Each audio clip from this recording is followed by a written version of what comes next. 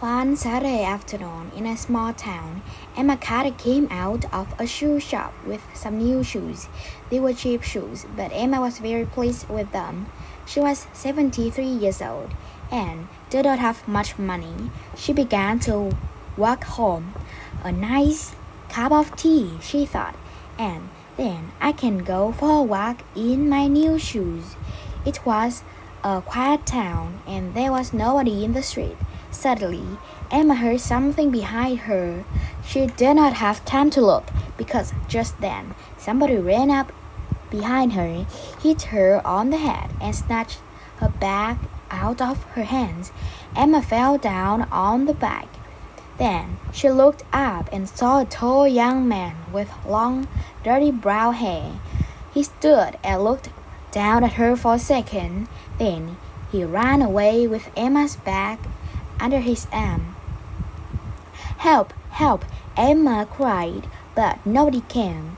And after 2 or 3 minutes, Emma slowly got up and went to the nearest house.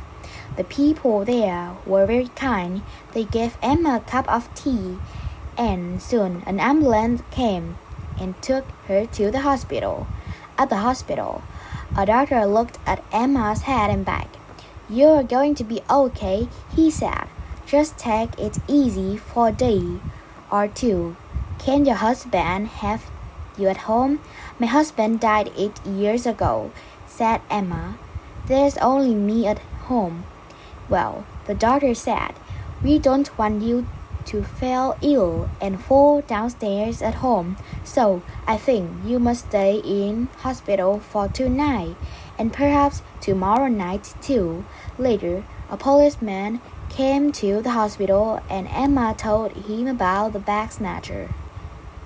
"Did anybody see this young man?" he asked.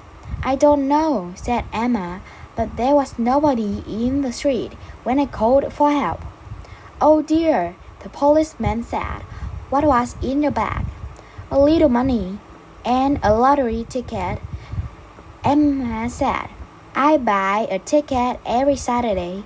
Then, on Saturday evening, I watch the lottery on the television.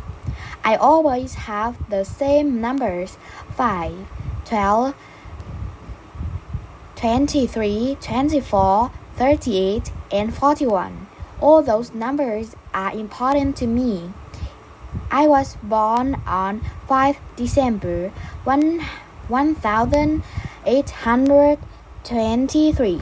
I lived at number 24 Sandwich Road for 38 years. Yes, yes," said the policeman. "I understand." He wrote everything down in a little black book. "Did you see the man's face?"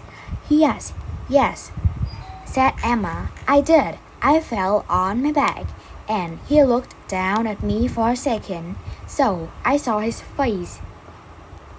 The policeman opened a small bag. In it, there were a lot of pictures on eyes and ears, hair and mouths.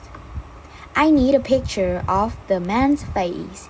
Can you help me?" he said. "Yes," said Emma. He was tall, and he had long dirty brown hair. He wore blue trousers and a white shirt with a picture of a footballer.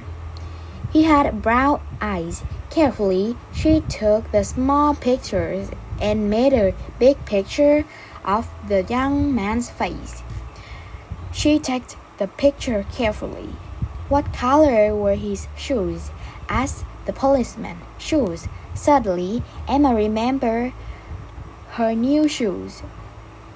Where were they? She told the policeman about her shoes, but then she began to cry and could not stop. A nurse came up to Emma's bed. "Please go now," she said to the policeman. "Mrs. Carter needs to sleep."